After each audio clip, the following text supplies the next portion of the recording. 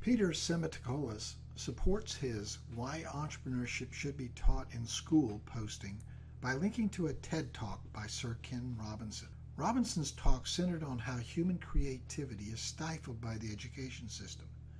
Peter goes on to suggest that teaching entrepreneurship will overcome this fear of failure fostered in the school system by inspiring creativity in students. I would like to add that there are other equally important reasons why entrepreneurship should be taught in school. Let's start by understanding what an entrepreneur is. Johnny Hart has used his cartoon character BC to explain what many think an entrepreneur is. The simplest definition of entrepreneur is a person who creates value. Understanding how an entrepreneur creates value is the purpose of the entrepreneurial education process. Coming up with the idea or ideation is an important part of this process, but entrepreneurship is not just about ideas. It is about a lot of other things. Although Ralph Waldo Emerson is credited with this quote, this is what he actually wrote. Do you agree with Emerson?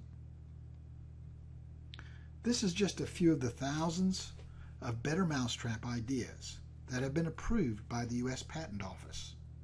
Unfortunately, less than 20 have ever made it to market.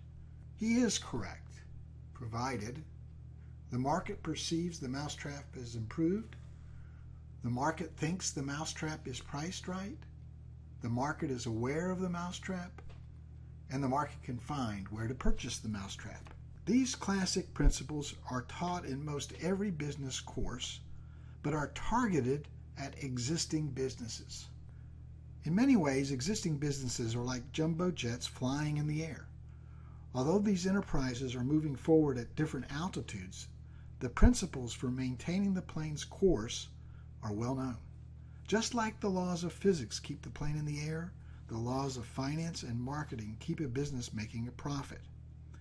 When a person with a business degree or MBA graduates and is hired by one of these existing businesses, it is like they are parachuted into the cockpit and told to keep the plane flying at an altitude of 30,000 feet. When the plane hits turbulence and drops 5,000 feet, by applying these classical principles, the existing business can recover. Startups, however, are different. Starting a business is like climbing into a biplane and getting it off the ground, but having to fly at an altitude of 50 feet for months, if not years.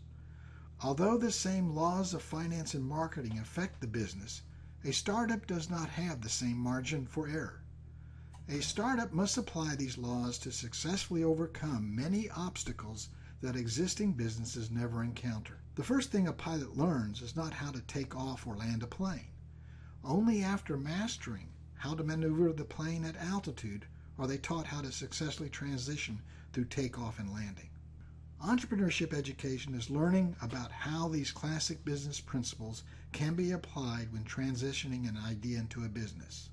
Should the principles of entrepreneurship be taught in schools?